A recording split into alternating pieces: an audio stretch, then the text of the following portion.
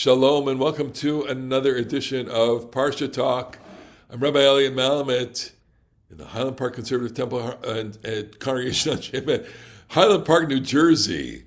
And joining me, my good friends, Rabbi Barry Chesler, Solomon Schechter, Day School of Long Island, and Rabbi Jeremy Kalmanowski, Anshe Chesed in New York. And we are recording this for Parasha Ki Tissa. But before we begin, we are saying a moment and just holding everybody in our hearts and our minds. Our brothers and sisters and family in Israel, of course, rattled daily by missile fire. It's not easy. I was watching the Israeli news before, and just they go to their bars, they go to their cafes, and there's a siren. They go to their miklats, there's their shelters, and then they come out, etc. So thank God that they have the ability to defend. Unfortunately, there have been a few moments in the last week where they weren't able, and a number of people were killed and injured, and lots of property damaged, not as much as in before. So we are hoping that this goes by quickly, that this be as quick as possible, and we are thinking of the Americans, the American Army, American Navy, and Air Force that is commanding the skies in Iran right now. And by all assessments, they're doing something unbelievable, things that we can't even imagine. So that's our point of departure here on Ki Tissa, which is, as usual, an amazing parsha. Just by way of introduction, also, I was in Ottawa this week, and I saw another viewer of our Parasha Talk. One more person who said that they watch our Parasha Talk, and that was very, very gratifying. So we're up to 2 viewers from Ottawa, including my mom, who is the most devoted Parasha Talk viewer. Parasha Ki Tissa is this parsha where lots of things happen. And while we have some unfinished business from the tabernacle at the beginning of the parsha deals with this rupture that takes place between God and the people of Israel, between Moses and the people of Israel, and which is precursed by this statement here, and we'll debate whether or not this is the beginning of the story. But I'm turning to chapter 32:1. And it is Vayar Am Ki Boshesh Moshe Laredet Minahar, which means when the people saw that Moses was so long in coming down from the mountain, the people gathered against Aaron and said to him, "Come, make us a god who shall go before us. For that man Moses, who brought us from the land of Egypt, we do not know what has happened to him."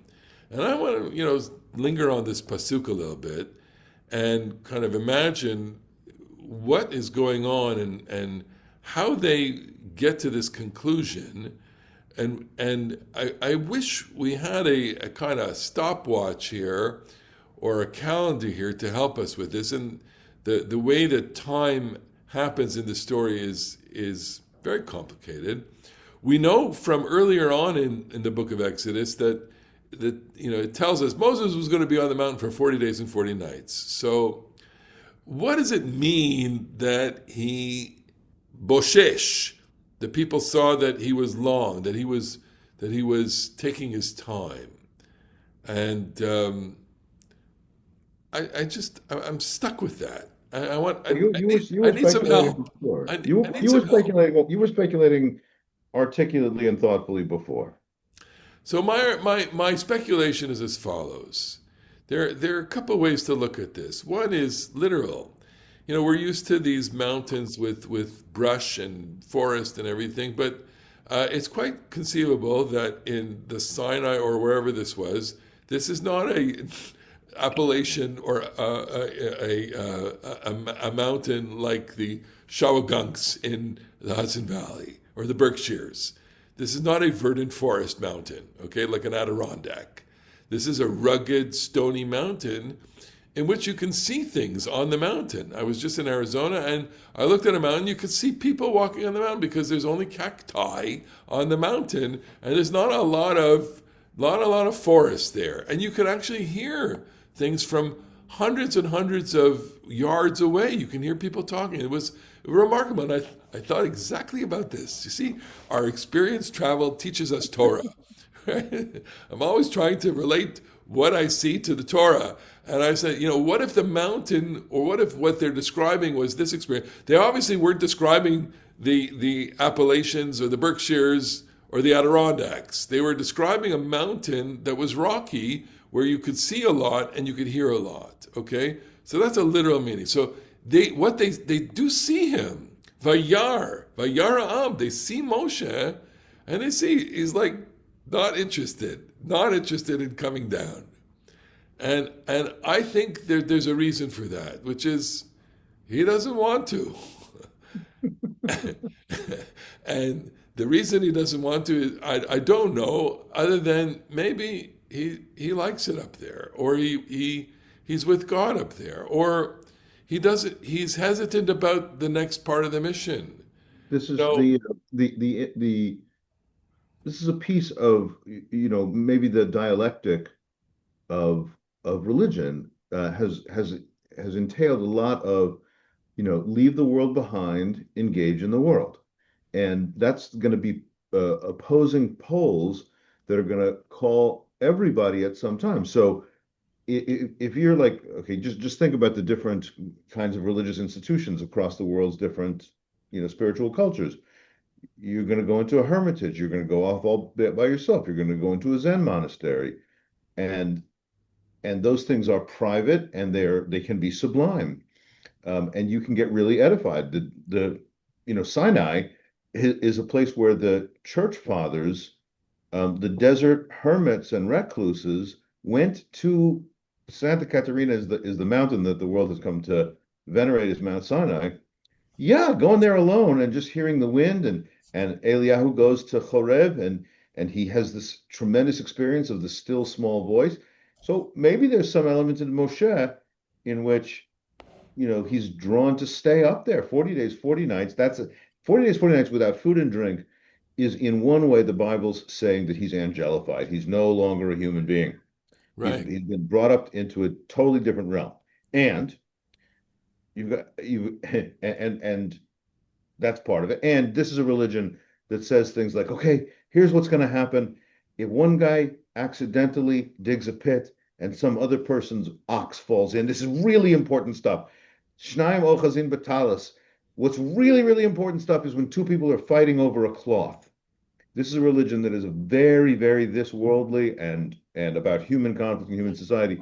And so the other pull is, Moshe, you got to get back down there and worry about the two people over there who are fighting over the cloth, that each of them claims that they eat the moans. And so Moshe may say to himself, I can continue to meditate here up in the clouds here in something totally sublime, or I can go something very concrete, and they're going to whine about how there's no. Okay, so this is a bit of the academic versus the pulpit rabbi. This is a bit of like the. I mean, you're married to one. The ivory tower where you can the pulpit kind of has its complaint or critique of the ivory tower that they're detached, right, and that we're involved with people, and that Moses, for all intents and purposes, to use the metaphor, is he's up in the ivory tower. He's on the mountain. He's literally on the mountain, detached from humanity, and he's not in a rush to get back. Barry, what do you? So I think that part of the problem here is to think about why Moses is up on the mountain. So right before he went up, God has declared the 10 Commandments, shall we say, and now he goes up the mountain to get the physical record, right? The Shnei Luchot Ha'edut, the two tablets of testimony. And I think, part of the problem in my mind is an existential one, because the tablets, in the sense, are going to replace Moshe. Moshe is going to die at the end of the Torah, and the tablets will remain. That will be the physical connection that people born after Sinai will have with the Sinai experience, because Moses will not be there to teach them and to guide them anymore. The people, on the other hand, also are looking for some kind of physical permanence, physical eternity, I think. And they're going to gravitate towards the golden calf because that's the best that they could come up with. And I think that, no one comes off particularly well in the story. And I think it's an insightful but tragic comment on the human condition. That ultimately, I think in many ways, life is a tragedy, not so much a comedy. Although we hope that we get to laugh along the way. All right, so let me propose a couple of things here. So in hesitating from coming down the mountain, and they see this, and they're able to see this, they feel this is abandonment, and he's abandoning us. And in a way, I think about the parent that is always away, right? And not to criticize people who have to travel a lot for their jobs, but there are parents who there are people who travel a lot because they have to, and there are people who travel a lot, because they, their version of Shalom Bayit is Shalom Bayit,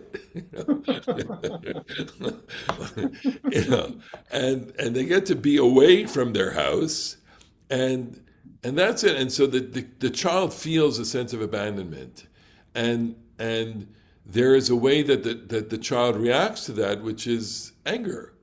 So they're by saying to Aaron, make us a god, aser lanu Elohim, asher yelchu lefaneinu, who is going to walk before us, go before us. They're saying, you know what, Moses is gone. He's abandoning us. And you know what? We're going to abandon him too. Because after all, he's just a man. He is not something special. He's not extraordinary. He is showing human tendency to be this way.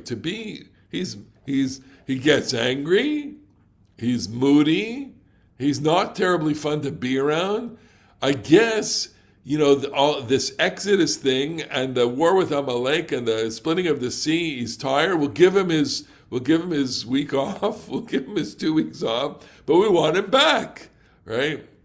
And there's always a sense of, this sense of, where is he? What is he doing? He needs to be with us.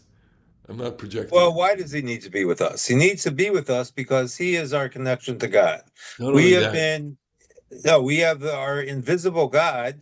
The only one who mediates that God is Moshe. Yeah. And I think that has to be recognized. The other thing, there's an ambiguity in the verse that you read, because it says, "Seilanu Elohim asher yelchu lefanenu." It's not God, it's gods, right? It's a plural verb. Plural, yeah. And yet, when Aaron makes the golden calf, as far as we know, only one came out. So they're even confused about what kind of God they want represented, whether it's a singular or a plural. I'll give to you that they're at a certain kind of primitive stage here, and that they really want to be taken care of. They really want to be led, and that's typically the way traditionally we interpret the story, which is that here's a child. The people are children. They're behaving like children. They're acting out because they're of these issues. But I want to give them a little more credit and defend them a little bit, because you know what? Maybe from the perspective of the child is able to sense when the parent doesn't want to be with them, and this parent kind of doesn't want to be with them. Right, but I think you also have to defend Moshe as well. So to borrow a phrase from later Jewish tradition, on the mountain he's tachat kanfei Shechina. He's in the sheltering embrace of God. That's what we aspire to, at least in the subsequent rabbinic tradition. And it's hard to tell Moses that you've had enough of that. Go back and deal with your unruly people. Right. Okay. So we'll set that aside. What about a figurative interpretation, which is that look, they make this perception, they perceive, they don't see him, and they're actually quite worried about him. They're worried about him, that they haven't seen him. And I keep thinking of this poor woman in Arizona, who's been missing for over a month now, and what they're trying to do to get her back. They're looking, searching, and it looks like everybody's given up on her, right? And when someone goes missing, you go I don't care how primitive your society is. A child is missing or a person is missing, you go and look at it. So, these people are standing there at the bottom of the mountain, they're looking, at their figurative watches, they're going like, where the hell is he? Where is he? Where is he? And I don't know. What are we going to do? What are we going to do? Well, and then ... I would say, let's send a search party. Let's go out and look for him. Could they look for him? They don't even go there. They don't think that way. They just say, oh, well, I guess he's gone. You know what? It's been good. let's have a God go in front of us, because Moses, he's gone, and we don't know what the hell happened to him. He disappeared. He vanished. And you know what? We just need to move on. Okay. Because what are we going to stay here all the time? No, now we have to take a step back, Elliot, because first you're telling us that the people see Moses delay coming down. I'm saying these are two and now different you're saying interpretations. they can't see him at all. I'm saying this is another reading. Davar acher. Other interpretation, okay? Say this, I can give you a reading in which they see him and they see and they feel abandoned. I can give you a reading in which they don't see him and they feel bewildered. And they just don't know what to do with themselves, and they say, Okay. let's pick it up and go. Right? So what's their solution? They want a substitute, right? So why do they have Aaron make the calf? Exactly, and this is what bothers me. That's itself still a question, because clearly in Exodus, Aaron does make the calf. In Devarim, it seems to say that they make the calf, the people make the calf, and Aaron's involvement is much smaller, or less precise in any event. But what I was going to say is that what's the calf? Okay, is the calf really a god, or is the calf Hashem in improperly, tangible and visible form? Our religion says, repeatedly, no idols, and I think that that's ultimately because this religion is trying to drive you past the visible to the invisible, and the people are frightened and can't deal with that. If the real issue is not that they're looking up and Moses is saying, sorry guys, I'm busy right now. If instead the issue is like, we can't see anything and we're really afraid, and Moses has been everything to us. Aaron, do your best. You're our next best, not very impressive, plan B. And it gives them something that they can focus on, which is reassuring. It's like a transitional object security blanket for okay. So people. you're saying basically, again, it's the traditional interpretation was Aaron is going to do things because he is afraid. He is passive in this instance. There is a gang of them around him, and he has not preempted this. I'm sorry to be so critical about these lofty characters, but in this reading, Moses, he's vanished, okay, and Aaron has not kind of done crisis management and said, we have a problem here, like Houston, we have a problem. Where's Moses? What are we going to do without him? Let's go get him. He doesn't. He's passive to their request, which is not a request. Well, actually, I make a point, of looking at this closely. They say to him, "Kum aseh lanu Elohim." Come on, make us a thing. They're very enthusiastic. And when Aaron repeats this to Moses, when Moses kind of indicts him, he says, they came to me and said, Aseh lanu Elohim. They just said, make it for me, right? They commanded me basically, with a gun to my head, literally, figuratively speaking. Kum aseh is, come on, be a part of us. Aseh is do it or else, okay? So where we are with this is that he has an idea of what to do. He may be trying to delay them. He doesn't know, and he doesn't preempt them. So let me go to my third reading, which is the that So you admit you've hit two strikes. I have two strikes. I have two possibilities. The third possibility is equally going to strike out. Okay, but I want to put this out because the word boshesh is an unusual word, and in the Everett Fox translation it says shamefully late. All right, and Nice. Bush. yeah, Nice. Bush, and he's not wrong there. I mean, he's usually very, very precise on this, and he's trying to say that the lateness is also has a layer of a kind of arrogance or a layer of So it's a critique manipulation. of Moshe. It's a critique of And you Moshe. consider that a legitimate critique. I think so. Look, I Okay. mean, and So I'll say to you only because in the experience that we all have, both as people waiting for us and we waiting for people, it's terribly anxiety provoking when you have to wait for someone, right? And it's also pretty arrogant when you make people wait for you. And I include myself in this self critique here. I'd love to be better at this. This is not a great trait of mine. I want to get better at punctuality, but there's always something, you're always running out the door, whatever. So the point is that Moses, in taking his time coming down, is actually not respecting them, not honoring them. It's a dishonor to them to have them wait for him. And he's making them wait, and it provokes anxiety.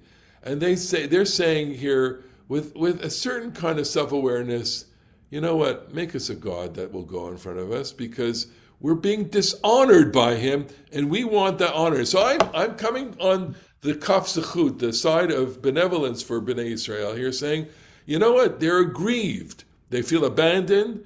They're bewildered and they feel dishonored. And they okay. want something that will give them that tangible thing. And just one last point, which is I sense in the immediacy, that's the problem. The problem is we want the immediate gratification. I don't want to be too critical here, but when you see that we want Mashiach now thing, that we want Mashiach now is we want that immediate gratification of it now. And I can feel free to be a little critical and say, maybe that's not where we need to be, right? Maybe Judaism was just a little more textured than that. God. And by the way, I mean, I find that that resonates with me a great deal because we are talking about now, a major mythic story that takes place in the ancient times. It's not the news that happened yesterday, and it's not even the story about this or that king of Israel in the Tanakh, which one gets the impression that these are records of events that somebody may in fact remember. No. This is a story about, you remember in the midst of time, hundreds and hundreds of years ago, when Moshe led the people through the miraculous journey through the desert. And you know what was true about that miraculous journey in the desert? God was feeding them. God was visible in the pillar of cloud and the pillar of fire. There was a Mishkan. God's presence filled the Mishkan. Even then, perfection was not on the menu. And the people had their moments of failure, and you had to have their moments of reconciliation. Nothing is ever, never is ever a beginning. Everything is always a beginning all over again. And the El Rachum V'Chanun has to be invoked so that we can reconcile after sin. Those things are the bones, they're the skeleton of Judaism. And you come away from this story knowing that you have Sinai's and you very rapidly have failures, and you have to go on living after that. And so we want Mashiach now. When people invoke that the late Rabbi Schneerson Shlita should come back, Yeah. and that is a kind of like, okay, story's over now. There's no more journey. There's no more success and failure. Everything happens to be in 2026. It's going to conclude, and that is not real. Well, What's real is I'll pitch both Sinai and the calf. I'll pitch this to question you, Jerry. It's Messianism actually wants to give you that simple answer of the complex reality. That you want to be delivered here of your. And I'll be critical. I'll be critical of something else that's true in contemporary Jewish life, Okay. and not ambiguously either. Jewish history has been long. It's not over. And when a certain kind of extreme nationalist Zionism says, okay, this is over now, we're here, and it's going to be like this way forever. The Mashiach, the return of the Jewish people to the land, God forbid the destruction of beautiful ancient buildings that happen to be in a site that we care a great deal about produces a new Beit HaMikdash instead. That is like a claim that Jewish history is over, and every fond dream, I don't particularly dream for the Beit HaMikdash, but that every fond dream will come true, and then history will be over. And that's what Mashiachiyut, Messianism, has on offer, but it's an illusion. So, but that's the point, and it's. I want to almost draw the line of continuity between the egel, the calf, and this illusion, which is I want to solve my problem with something that's concrete, or I want to solve my present predicament with a perfect reality, and in order to get that perfect reality, I'll do whatever it takes. And we see how dangerous it was at Sinai, and we see how dangerous it is now. Now, I'm willing to give the people a little bit. I'm willing to be their defense attorney, and say, well, they didn't know better. Well, they felt abandoned. Well, they were angry. Moses was, they felt dishonored. But that defense argument only goes so far, because at some point, you know what? You have to take responsibility. So I think where they can be faulted is that they're inconsistent if we judge them by their own lights.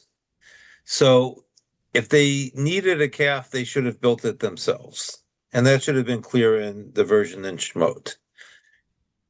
When Aaron announces there's going to be a holiday tomorrow, they have what might best be described as an orgy of dancing, perhaps sex as well, as we find later in the book of Numbers that Baal What's an Peor, orgy without dancing? well, I wouldn't know, Elliot. So I think then that the story in some ways points to Parshat Balak and Pinchas, the story of Baal Peor, where the Israelite men are seduced by the sexually attractive Moabite women and led astray. So we have these two bookends where the people have failed both at the beginning of their journey on a colossal scale and at the end of their journey. And so it leads me to wonder if maybe the problem here is that the people, on one hand, weren't ready for the Exodus, and on the other hand, it came too late because they were so damaged by the extra time they spent in Egypt. And that they're kind of stuck between a rock and a hard place because they need the Torah to become the people they're destined to be. Right. But they can't get it till Moses comes down the mountain, and they can't wait.